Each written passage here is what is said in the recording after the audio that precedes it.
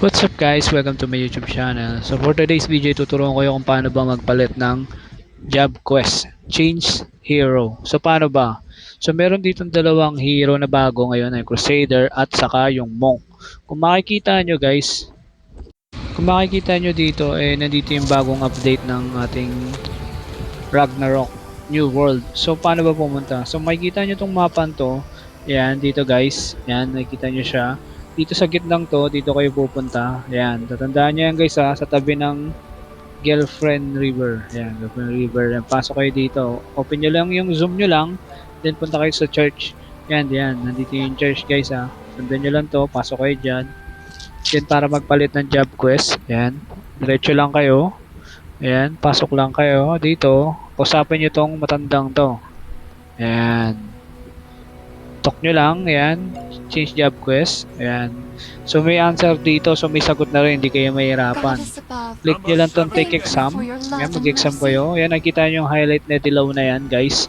Ayan, no sagot, ayan, first, tapos second, no pa din. Ayan, then red, ayan, no pa rin. So hindi na kayo mahirapan, hindi na kayo mangulam, may sagot na. Click nyo lang yung yes, and 3 days. Ayan, then advance. So no, click no pa rin. Ayan. Okay. First time. No. So, pag nasagutan nyo na lahat siya, guys. Ayan. Job changes. So, kailangan lahat yan. Nakacheck ha. So, click nyo lang din to. Kailangan wala yan. Ayan. Lumabas dapat ang check. Then, yan. Click nyo lang yan. Basta kailangan lahat. Mache-checkan siya. So, ayan. Click nyo. Claim nyo sa inbox nyo. Kailangan maklaim nyo siya. Then, yan. Meron pa tayong XP. So basta kailangan wala lahat para makapagpalit ng change job. So makapagpalit tayo ng hero. So yan, sagot lang natin, kunin lang natin to. Sayang din kasi to eh. Ayan, click nyo lang yan. Then, okay, nakuha tayo. Then after yan, close nyo natin yan. Tagal, dami. So close lang muna natin guys. Tapos natin may close to lahat ng ating mga na-claim. Then, last one, ayan, kailangan check. So tanggalin nyo yun sa stall nyo. Kailangan dapat wala din to para makapagpalit tayo. So, click nyo lang din yan, guys. So, meron pang isa yan. So, click ulit dito sa buy. Then, click ulit yung sell. Kailangan wala talaga siya para makapagpalit tayo ng hero. So, ayan, guys. Wala na. Then, approve na tayo. Pwede na tayo magpalit ng hero. Change job. Ayan.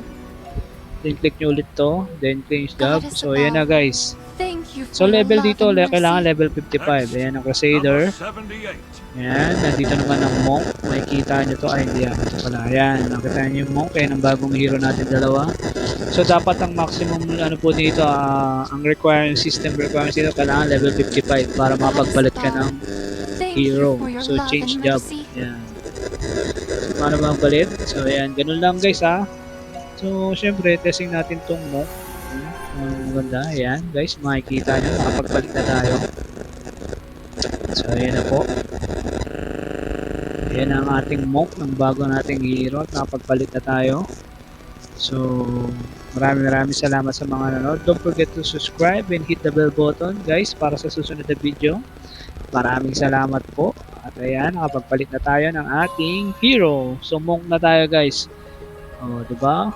Ganun lang po kadali. And thank you for watching. Don't forget to subscribe and hit the bell button. At pa-share na rin ang ating video para sa susunod. Maraming salamat po guys. Thank you for watching.